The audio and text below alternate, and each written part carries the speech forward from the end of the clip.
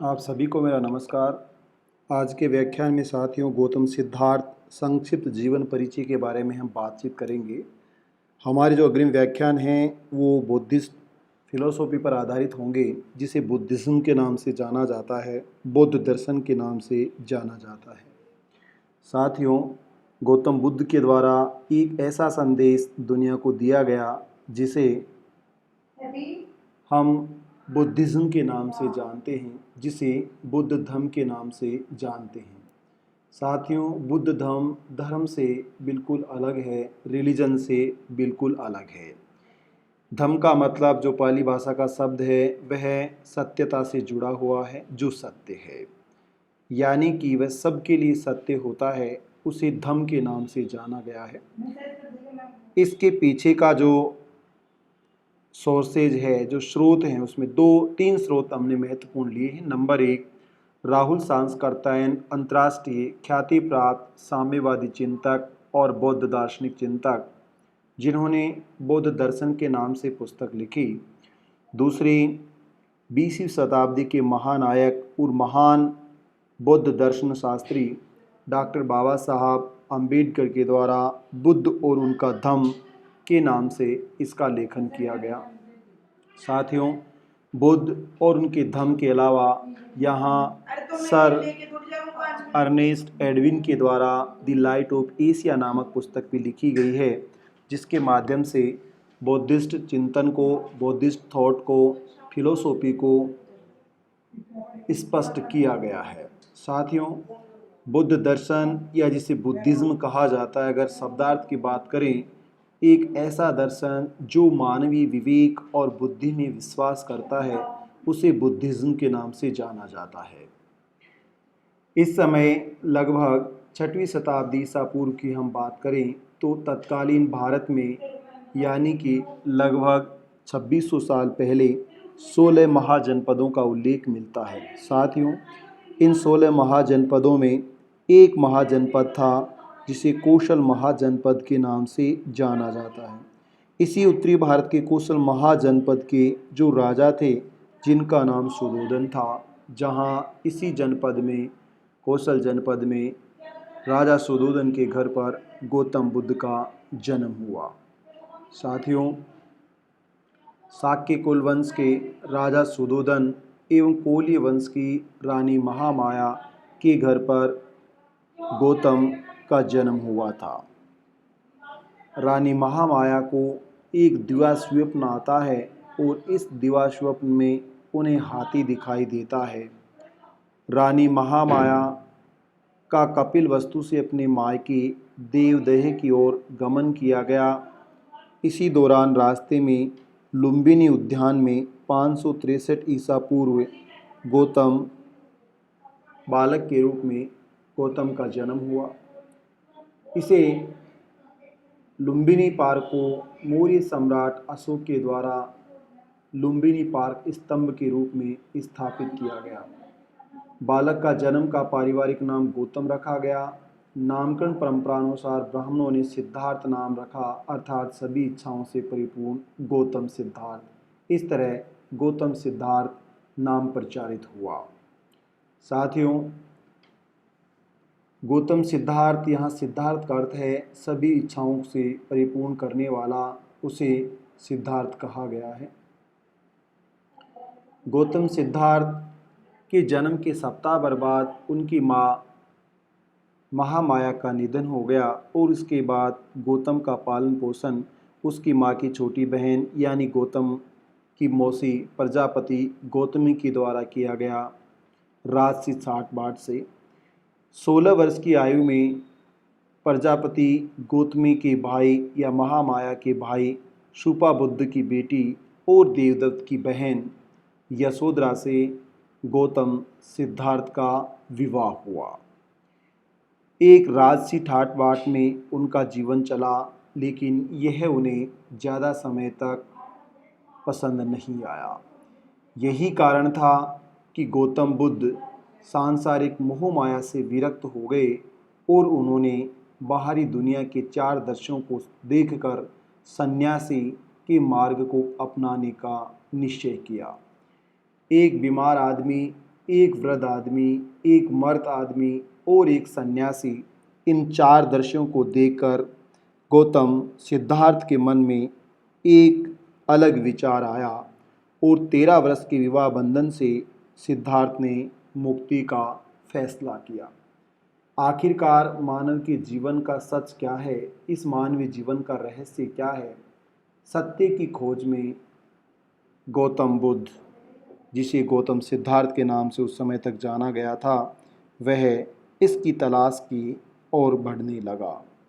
साथियों, गौतम सिद्धार्थ ने 13 वर्ष के विवाह बंधन से विमुक्ति का फैसला किया और अपनी सुंदर पत्नी यशोधरा और पुत्र राहुल को छोड़कर सत्य की खोज, क्वेस्ट ऑफ ट्रुथ के लिए वन की ओर गमन कर गए। सन्यासी जीवन के 6 साल की कठिनाई के बाद सिद्धार्थ को एहसास हुआ कि न तो विलासिता और न ही भूखमरी उन्हें सत्य का ज्ञान करा सकती है। 35 वर्ष की आयु में इसी ज्ञान के साथ वे बुद्ध बने। यह पाली भाषा का शब्द है जिसका अर्थ होता है जागरूक या चेतनशील। बुद्ध के पहले गुरु अलार कलाम भी बुद्ध की जिज्ञासाओं को शांत नहीं कर पाए। अंततः ध्यानमग्न बुद्ध को वर्तमान बिहार के बोध गया में पूर्णिमा के दिन पीपल वृक्ष के नीचे बोधित्व की प्राप्ति हुई। निरंजरा नदी के किनारे खड़े इसी वृक्ष को बोधि वृक्ष के नाम से जाना जाता है। साथियों, 13 वर्ष के विवाह बंधन को छोड़कर 29 वर्ष की आयु में सेवक चन्ना और अश्वकंथक के साथ जंगल में बुद्ध निकले, जंगल के लिए निकले, सन्यासी जीवन के लिए निकले। इस घटना को महाविनिष्क्रमण के नाम से जाना जाता है। साथियों, 6 साल की तपस्या के बाद बुद्ध को एहसास हुआ कि जीवन की दोनों ही अति अवस्थाओं से सत्य की प्राप्ति नहीं होती। उसके लिए एक मध्यम मार्ग का पालन करना पड़ेगा। इसी मध्यम मार्ग के रूप में बुद्ध के द्वारा बुद्ध, धम्म और संघ के आदर्श को स्थापित किया गया। बोधित्व की प्राप्ति पर सुजाता के हाथ से चावल का भोजन किया। अपना पहला उपदेश वर्तमान उत्तर प्रदेश के सारनाथ में दिया और इस घटना को धम्मचक्र प्रवर्तन के नाम से जाना जाता है। धम्म सत्य, चक्र पहिया, प्रवर्तन स्थापना के नाम से जाना गया। इसका अर्थ है सत्य के चक्र या पहिए की स्थापना। बुद्ध ने अगले 45 वर्षों तक भारत में अपनी शिक्षाओं का प्रसार किया और अंततः वर्तमान उत्तर प्रदेश के कुशीनारा में 80 वर्ष की आयु में उनकी मृत्यु हो गई और इस घटना को महापरिनिर्वाण के नाम से जाना जाता है। साथियों, यहाँ 3 शब्द हैं बुद्ध, जो तस्वीर, धम्म और संघ। बुद्ध यानी कि जो बुद्धि में विश्वास करता है, धम्म यानी कि जो सत्य में विश्वास करता है और संघ यानी कि जो समानता में विश्वास करता है। तो साथियों, बुद्ध धम्म संघ, जिसे बुद्धम शरणम गच्छामि, धम्मम शरणम गच्छामि और संघम शरणम गच्छामि के आदर्श के रूप में जाना जाता है, जो त्रिपिटक और जातक कथाओं का मुख्य केंद्र रहा है, जिसमें कहानियों के माध्यम से जीवन के मर्म को, जीवन की सच्चाई को और मानवीय जीवन के सत्य को स्वीकार किया गया है। गौतम बुद्ध के द्वारा इसी सत्य को जाना गया, खोजा गया, पहचाना गया और प्रचारित किया गया। साथियों, गौतम बुद्ध कहते हैं कि यदि हम सत्य को स्थापित करना चाहते हैं तो हमें तथागत भगवान बुद्ध के उन आदर्शों पर चलना होगा जिन्हें हम सत्य, विवेक, बुद्धि, समता, स्वतंत्रता, न्याय, भाईचारा, अहिंसा, मैत्री, करुणा, दया, प्रेम व सहयोग के नाम से जानते हैं, पहचानते हैं। यही वह आदर्श हैं जिसकी वजह से बुद्ध धम्म एक रिलीजन के रूप में नहीं, एक मैजिक के रूप में नहीं, एक चमत्कार के रूप में नहीं, अपितु मानवीय जीवन की सच्चाई के लिए हमारे सामने खड़ा था, जिसने हिंदुइज्म के वैदिक साहित्य और हिंसा, असमानता, गुलामी, भेदभाव, ऊंच नीच, वर्ण व्यवस्था, महिला पुरुष भेदभाव और तमाम तरह की कर्मकांड, मैजिक, चमत्कार और झूठे आख्यानों पर जो आधारित है उसका प्रतिरोध किया, जिसे वैदिक सभ्यता और साहित्य या ब्राह्मणिज्म का पहला प्रतिरोध कहा जाता है। इसी प्रतिरोध को शताब्दियों बाद, यानी हम कहें लगभग 2400 सालों के बाद, दार्शनिक चिंतक और महामानव बाबा साहब अम्बेडकर के द्वारा स्वीकार किया गया और उन्होंने बौद्ध धर्म को अपनाया। 1935 की वह घोषणा, जब उन्होंने कहा कि वे एक हिंदू के रूप में जन्मे हैं, लेकिन एक हिंदू के रूप में जो असमानता, जो गुलामी, जो भेदभाव, जो अन्याय और जो हिंसा उन्होंने सहन की है, जो अपमान उन्होंने सहन किया है, उस धर्म के एक अनुयायी के रूप में उनकी मृत्यु हो, वो ऐसा कदापि नहीं होने देंगे। और अंततः उन्होंने 1956 में बौद्ध धर्म को स्वीकार किया और ये कहा कि मेरे अपनाने से दूसरे अपनाने, अपना ऐसा नहीं है।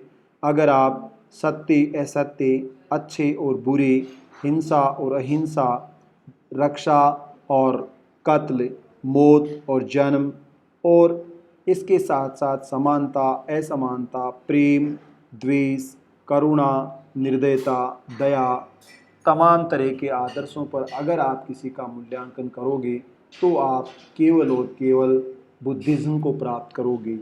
साथियों, बुद्ध के पास किसी प्रकार का भय नहीं था, किसी प्रकार का इंक्लिनेशन थ्योरी नहीं थी, किसी प्रकार का शुद्धिकरण नहीं था और किसी प्रकार का ऊंच नीच या भेदभाव नहीं था। इसलिए बुद्धिज़्म और बुद्ध के दर्शन में कहा गया है कि वह दर्शन व्यक्ति की समानता में, जो सभी व्यक्ति समान हैं, महिला और पुरुष की समानता में, स्वतंत्रता में, न्याय में विश्वास करने वाला एक धर्म है, एक दर्शन है, एक चिंतन है, जो मानवता के लिए एक अविस्मरणीय प्रेरणा है। और जब जब व्यक्ति अपने विवेक को पहचानेगा, बुद्धि का प्रयोग करेगा, निसंदेह वह एक बुद्धिज़्म का भाग होगा।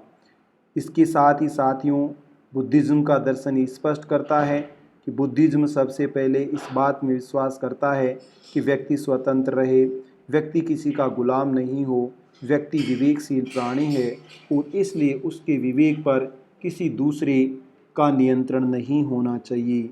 उसे खुद को अपनी बुद्धि और विवेक का प्रयोग करना होगा, अन्यथा उसे एक जानवर की भांति ट्रीट किया जाएगा और उसके साथ गुलामों जैसा अन्यायपूर्ण, असमानता का और भेदभाव का व्यवहार किया जाएगा। इसके बावजूद भी वह इस बात को स्वीकार नहीं कर पाएगा कि उसके साथ असमानता का व्यवहार किया जा रहा है, अन्याय का व्यवहार किया जा रहा है, क्योंकि वह जब बुद्धि का प्रयोग करना ही छोड़ देता है, ऐसे बुद्धिहीन किसी रिलीजन के अनुयायी को, किसी संगठन के अनुयायी को, किसी पवित्र ग्रंथ के अनुयायी को या किसी शिक्षक के शिष्य को बुद्धिमान कहना बेईमानी होगा।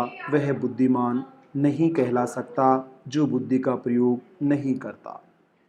तथागत भगवान बुद्ध और अंगुत्तर निकाय से उद्धत गौतम के निम्न कथन को ये व्याख्यान समर्पित है। क्या तथागत भगवान बुद्ध, यहाँ भगवान वह नहीं है जो ईश्वर है, यहाँ तथागत का मतलब है जिसे ज्ञान की और सत्य की प्राप्ति हो। भगवान का मतलब है वह जो कामनाओं का, इच्छाओं का, तृष्णाओं का नाश करता है, और बुद्ध का मतलब है वह जो बुद्धि रखता है और उस बुद्धि का मानव हित में ही प्रयोग करता है। सभी व्यक्ति विवेकशील प्राणी हैं, इसमें कोई शक नहीं है, सभी बुद्धिमान हैं, इसमें कोई संदेह नहीं है, परंतु बुद्धिज्म का दर्शन, बौद्ध दर्शन इस बात में विश्वास करता है कि जो व्यक्ति बुद्धि का प्रयोग करता है उसे ही हम बुद्धिमान कह सकते हैं।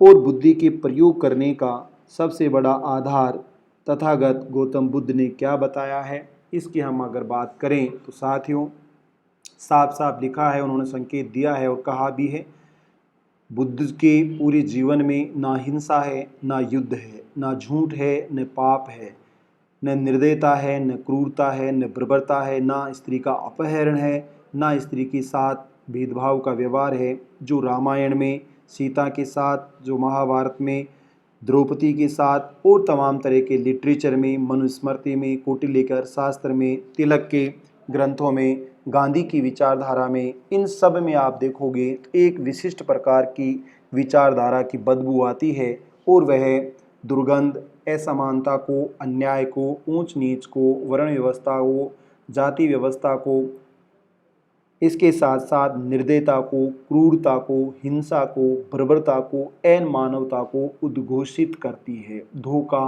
छल, झूठ, पाप, मिथ्या उस साहित्य का मुख्य केंद्र रहा है।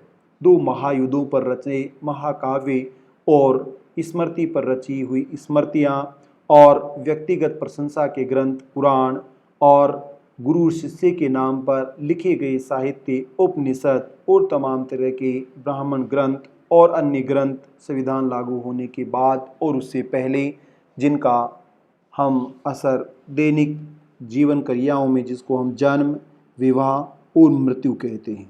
आइए साथियों, बुद्ध का संदेश जो पहले आरंभ किया गया है, आप किसी भी बात पर इसलिए विश्वास नहीं करें कि उसे आपने सुना है। आप किसी परंपरा में इसलिए विश्वास नहीं करें क्योंकि वह अनेक पीढ़ियों से चली आ रही है। किसी बात में इसलिए विश्वास नहीं करें क्योंकि वह बहुत से लोगों के द्वारा बोली व कही गई है। किसी बात पर इसलिए विश्वास नहीं करें कि उसे पवित्र धार्मिक ग्रंथों में लिखा गया है।